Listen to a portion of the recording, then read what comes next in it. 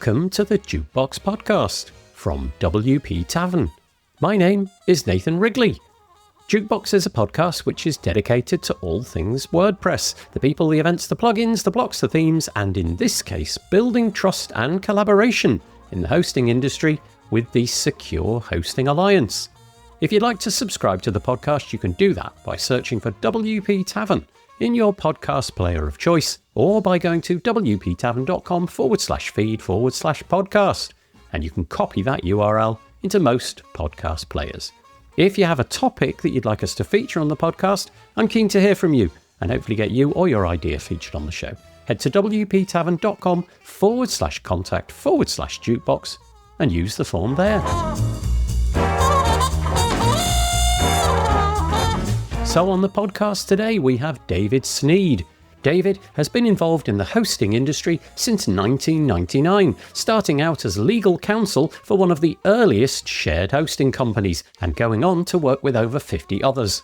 He helped found the i2 Coalition, serve as in-house counsel for cPanel and WebPros, and now leads the Secure Hosting Alliance. If you're listening to this podcast, I'm sure that many of you will have worked closely with hosting companies. Perhaps you run an agency or business that depends on the reliability, ethics, and security of hosting providers.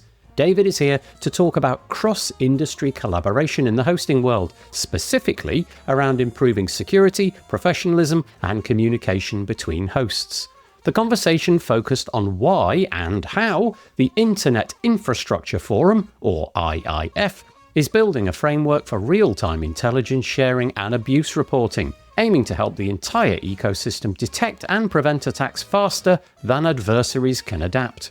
David talks about the challenges hosting companies face, especially smaller ones, in keeping up with security, and how this evolving project hopes to ease this by sharing actionable, non-proprietary abuse information across registrars, hosting providers, DNS services, and more. He discusses the growth of both the Secure Hosting Alliance and the IIF, the business case for collaboration, and the nuances of legal and technical information sharing across borders. If you're in hosting, run a web agency, or just want to know how the backbone of the web is working to stay more secure and connected, this episode is for you.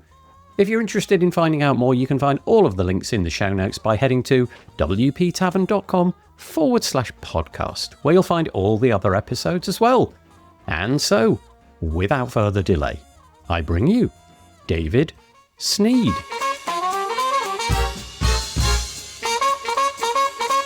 I am joined on the podcast by David Snead. Hello, David. Hello.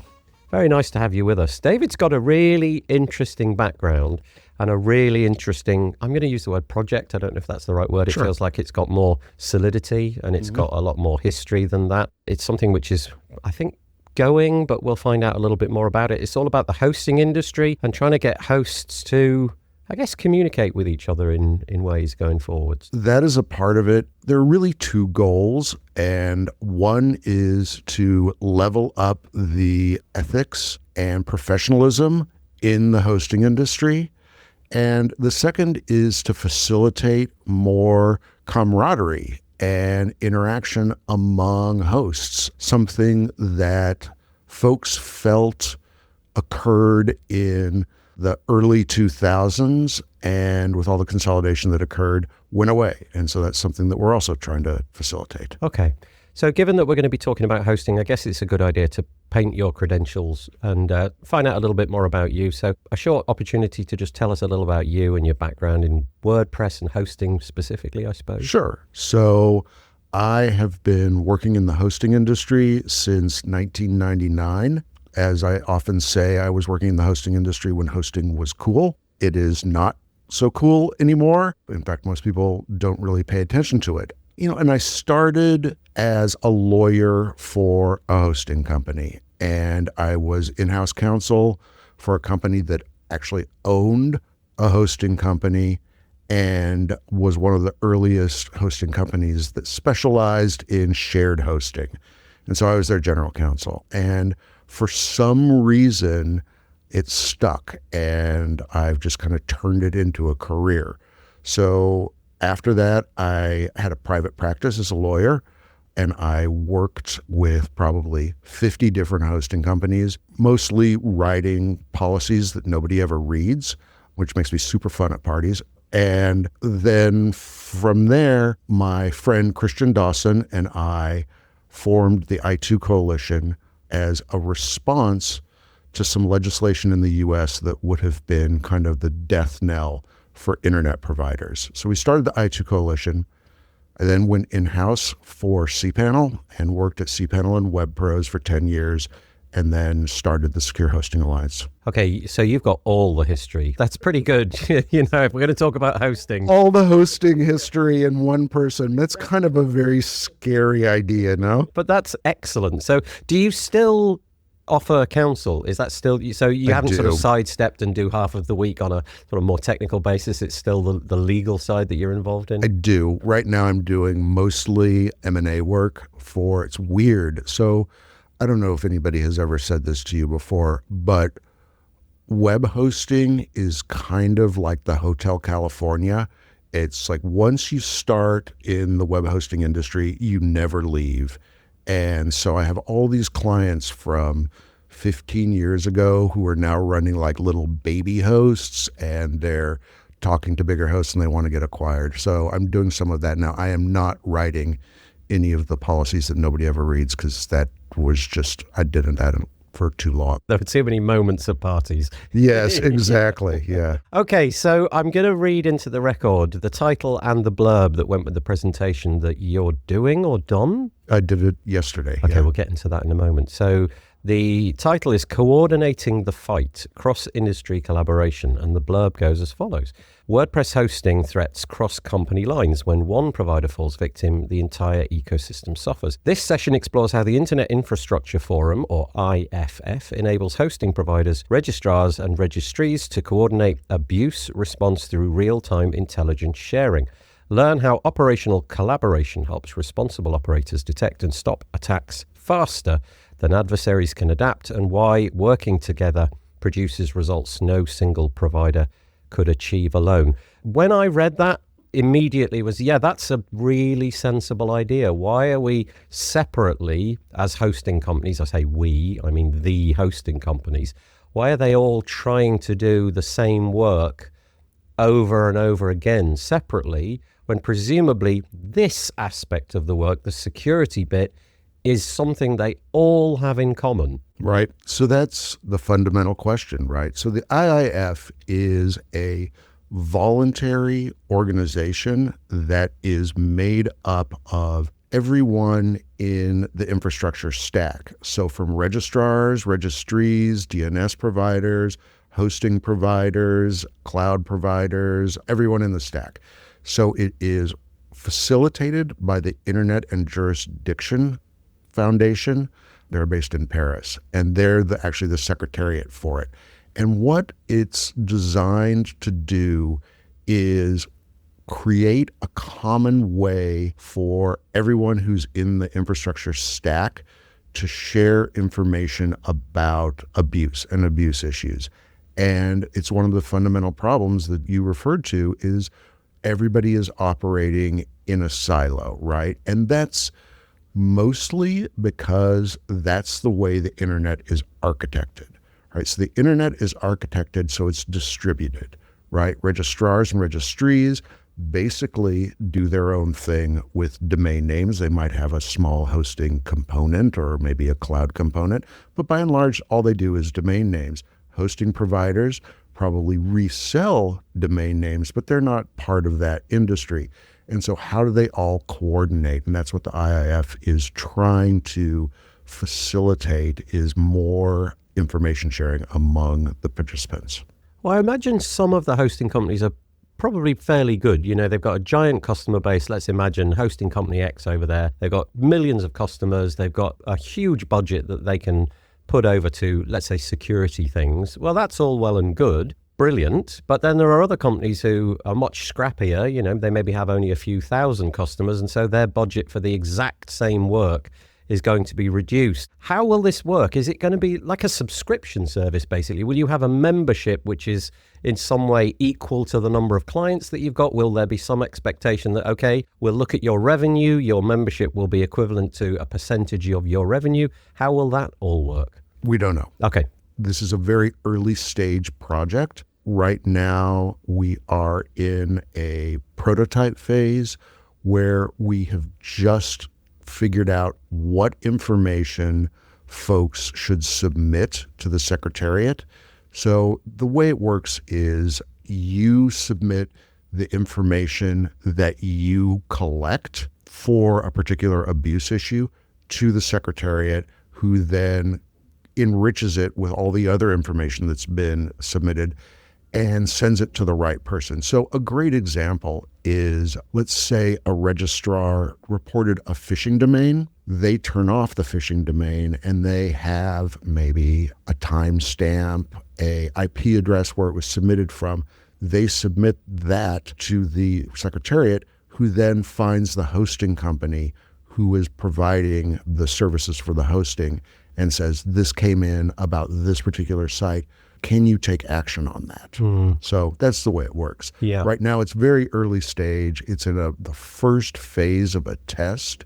And we're going to look at whether the way we've architected it or the way the group has architected it actually makes sense. Is this going to be then a sort of slow on-ramp whereby you bring a few companies in at the beginning, hopefully, and then one or two more, and iron out the wrinkles, and then some more and some more? Because I imagine if you just sort of threw the switch, everybody's in, a lot could go wrong at that point. And I'm guessing there's going to be more of a slow on-ramp. So you've pointed out my particular frustration with the IIF and the reason that the Secretariat is moving slowly, right? So fortunately or unfortunately, based on my cultural background, I'm just sitting here going, this needs to move faster. We need to have everybody involved. We need to have all the hosts involved. We need to have all the registrars and registries, and other folks who are a little bit more skilled in this type of work say,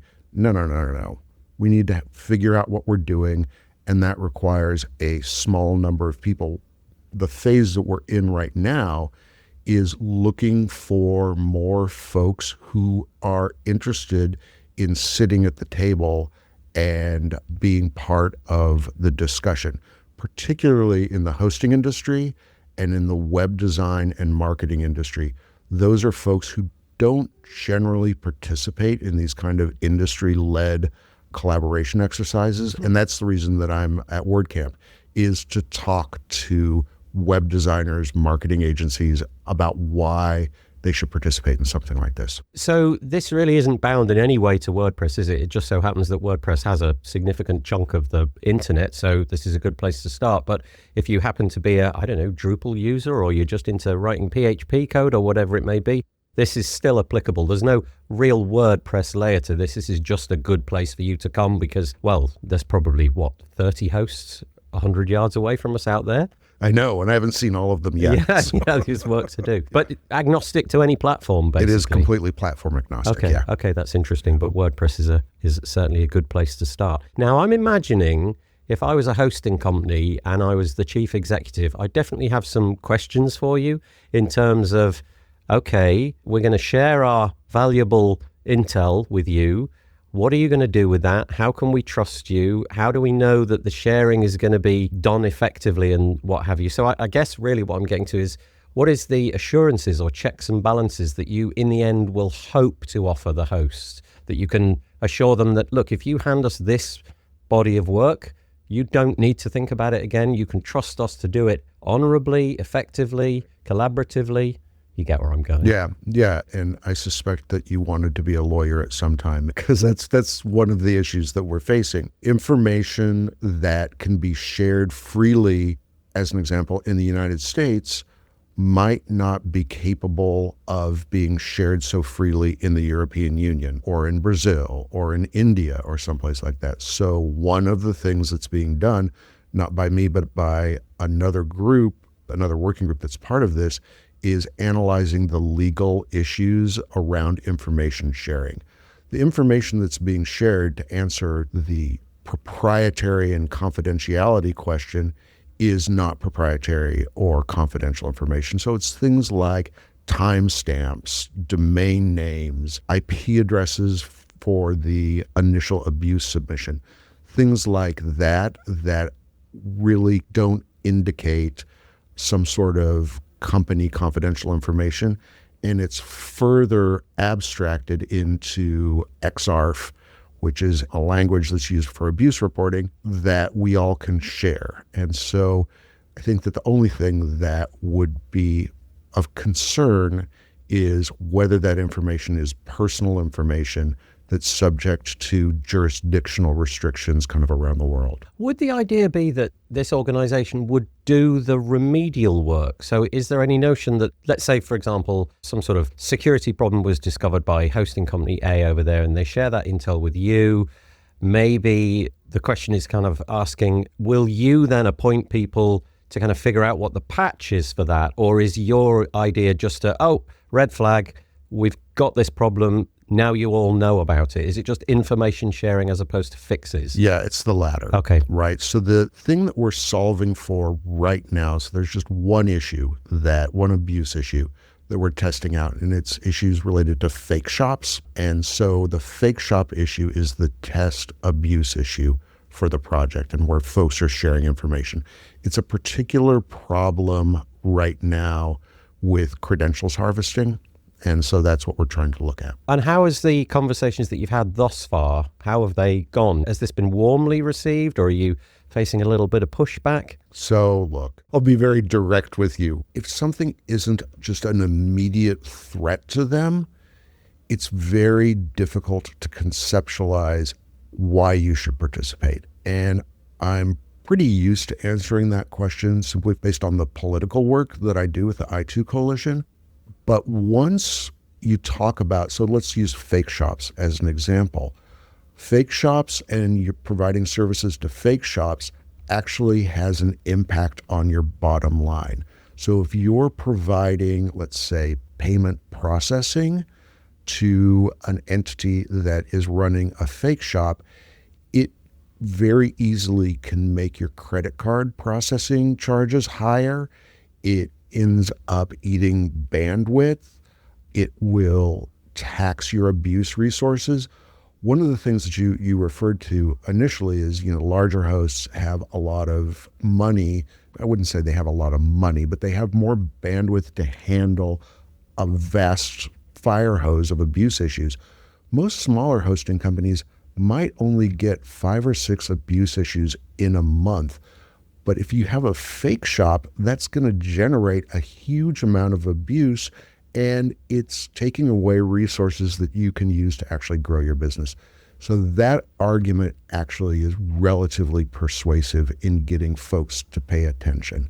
I find that the business argument around abuse is a much more compelling discussion than kind of moral persuasion. I don't think moral persuasion works in the context of a community that is trying very hard just to keep their heads above water. It feels to me from what you've just said, and I could be reading too much between the lines, but it feels to me as if a good target audience would be smaller hosts to begin with, simply because they're probably going to be more receptive because they have less bandwidth themselves, and so would welcome anything that can make the burden of sharing this information easier. Yeah. So 10 of the small hosts combined is, well, it's much bigger than each of them individually would be.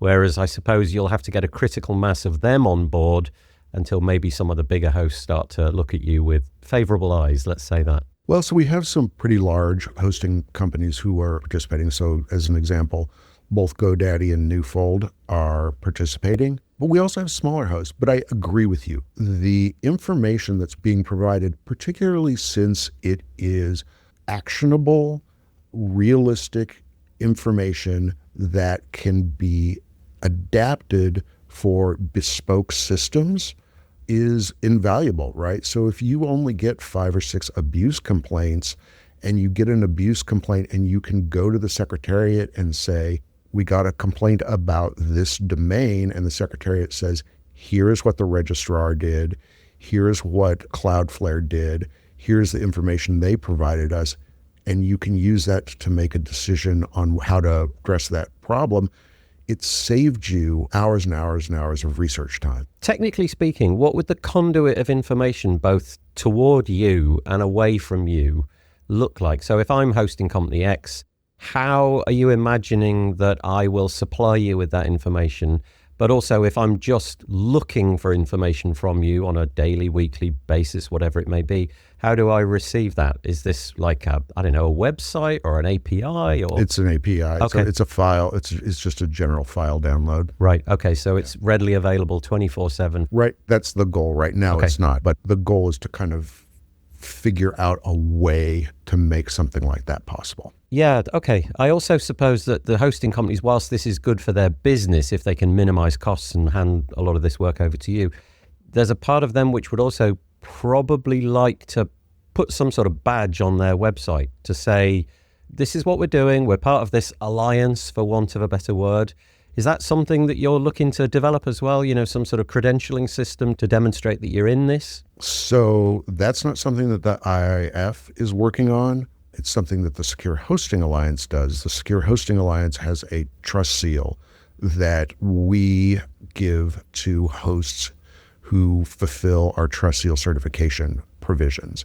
But that's not something that the IIF does. Talking about why, other than business reasons, folks should participate in this. One of the things that is going on that I would suggest that most hosts know about is there's a little bit of a moral panic going on in the world about what content you have, and regulation is actually a very real thing.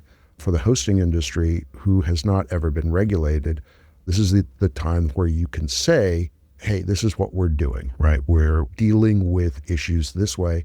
A trust seal is the same thing, right? It's something that you can say, we're actually taking steps to make the internet a better place. I think if you're a general agency owner or, just a freelancer, hosting is one of those things that once you've done it once, you're in it for the long haul until something goes wrong.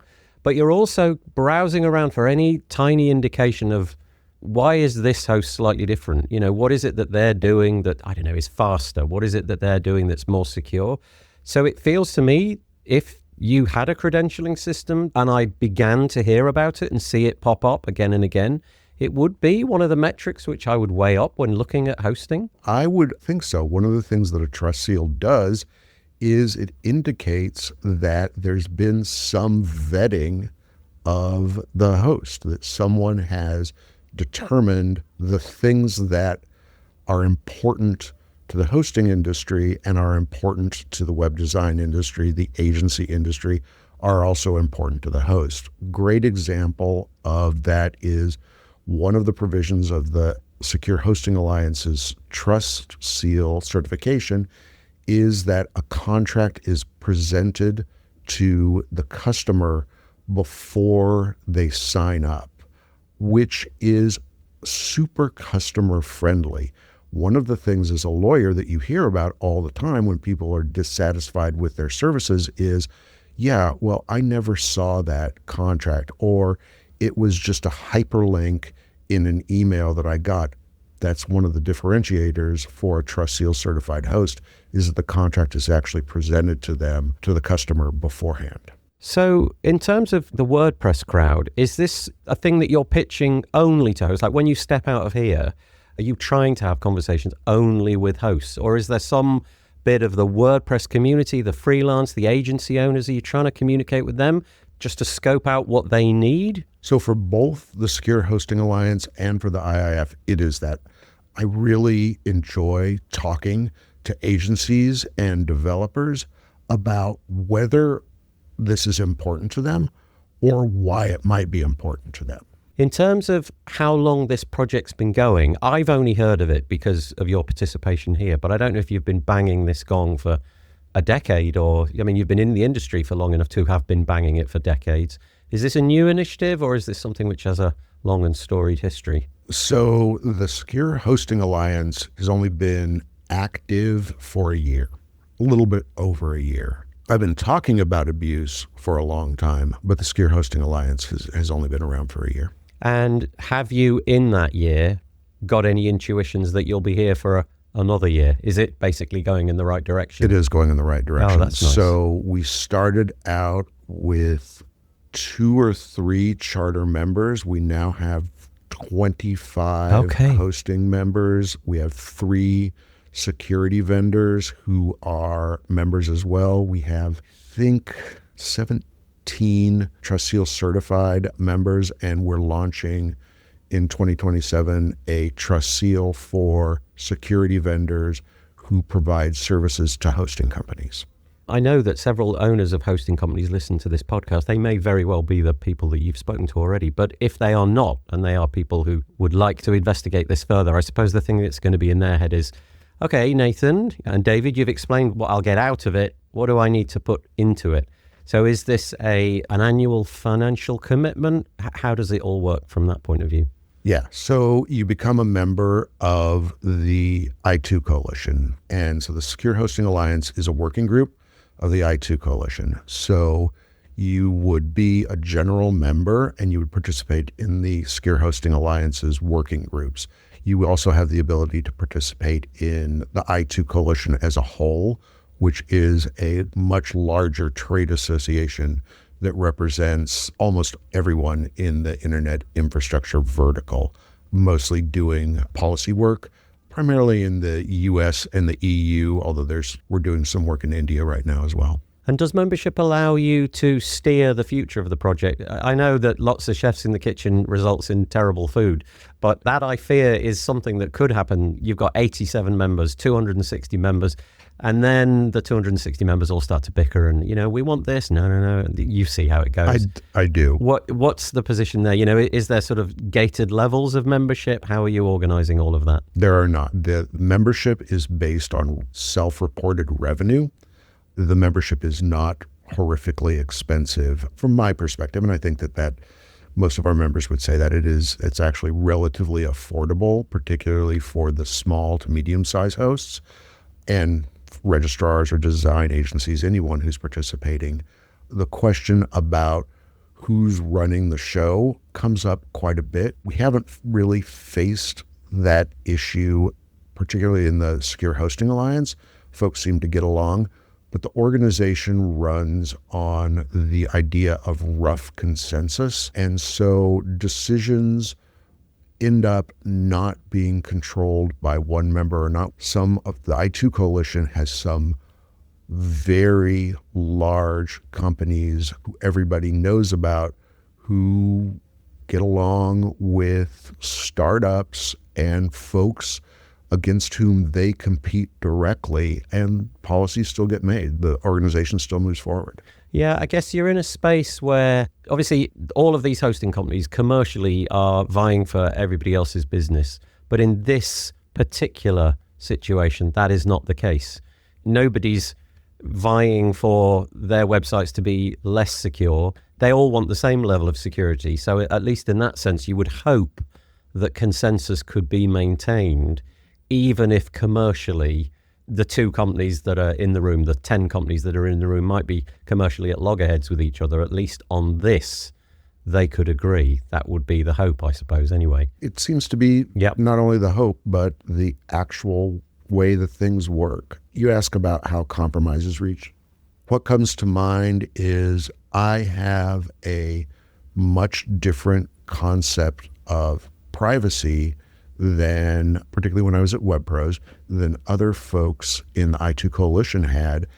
And another company just called me up and we worked through our disagreements about how privacy should be handled within the I2 Coalition, and we're able to move forward. The industry I've found to be hugely collaborative, particularly the hosting industry. Everybody knows what their competitor is doing, but when it comes to addressing an issue like how are we going to deal with abuse as a community, folks come together. CEOs of hosting companies, while they compete, tend to be relatively good friends. As I said at the very beginning, it really is like the Hotel California, right? You come in as a CEO of a hosting company, you grow it, you sell it to another company. all of a sudden you're at the bottom again with a server in your grandma's basement, trying to start again. Really curious effort. I suppose really at the bottom of this entire podcast is your endeavor to be heard and to reach out and get some conversations going. So with that in mind, where do people find the information about this? So maybe there's a website that we could mention, but also is there a specific place where you hang out? Is there a place where you would like to be contacted most? Sure. So our website is hostingsecurity.net. I'm not too afraid of getting too much spam, Okay. so folks can email me at Snead at i2coalition.com, and the 2 is the numeral 2. So it's Snead at i2coalition.com, and I'm happy to answer questions. In terms of hanging out, I am at most industry conferences in the hosting industry, in the WordPress industry. I'll be at WordCamp US. We also participate very heavily in ICANN. So there is a i2 Coalition member at every single ICANN meeting. So if you go to wptavern.com and you search for the episode with David Snead, Snead, you'll be able to find those details. I'll put everything into the show notes. So anything that I missed? Was there a particular focus that we didn't touch? No, this is actually one of the most thorough podcasts I've been on recently. That's great. I love to hear it. Well, David Snead, thank you very much for joining me today. Glad to be here. Thanks for having me.